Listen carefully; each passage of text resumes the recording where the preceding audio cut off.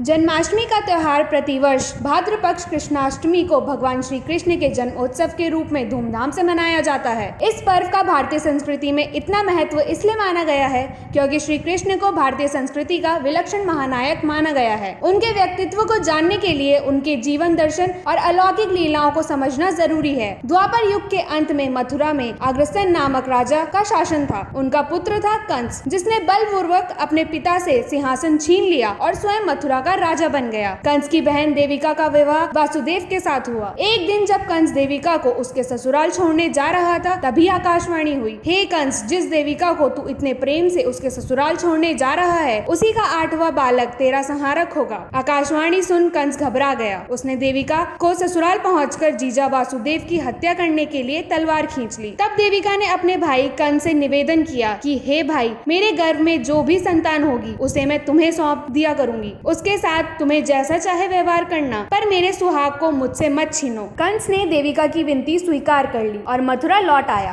तथा वासुदेव एवं देविका को कारागार में डाल दिया। कारागार में देविका ने अपने गर्भ से पहली संतान को जन्म दिया, जिसे कंस के सामने लाया गया। देविका के गिड़गिड़ाने पर कंस ने आकाशवाणी के अनुसार देविका की 8वीं संतान की बात पर विचार करके उसे छोड़ दिया। पर तभी देवऋषि नारद वहां आ पहुंचे और उन्होंने कंस को समझाया कि क्या पता यही देविका का 8वां गर्भ हो, इसलिए शत्रु के बीज को ही नष्ट कर देना चाहिए। नारद जी की बात सुनकर कंस ने बालक को मार डाला। इस प्रकार कंस ने देविका के गर्भ से जन्मे एक एक कर 7 बालकों की हत्या कर दी। जब कंस को देविका के 8वें गर्भ की सूचना मिली तो उसने बहन और जीजा पर पहरा और कड़ा कर दिया। भाद्र पक्ष की कृष्णाष्टमी को रोहिणी नक्षत्र में देविका के गर्भ से श्री कृष्ण ने जन्म लिया। उस समय घोर अंधकार छाया हुआ था तथा मूसलाधार वर्षा हो रही थी। तभी वासुदेव जी की कोठरी में अलौकिक प्रकाश हुआ। उन्होंने देखा कि भगवान उनके सामने खड़े हैं। भगवान के इस दिव्य रूप के दर्शन पाकर वासुदेव और देविका उनके चरणों में गिर पड़े। तभी उन्होंने वासुदेव से कहा, अब मैं बालक का रूप धारण करता हूँ, तुम मुझे तत्काल गोकुल में नंद के घर पहुँचा दो,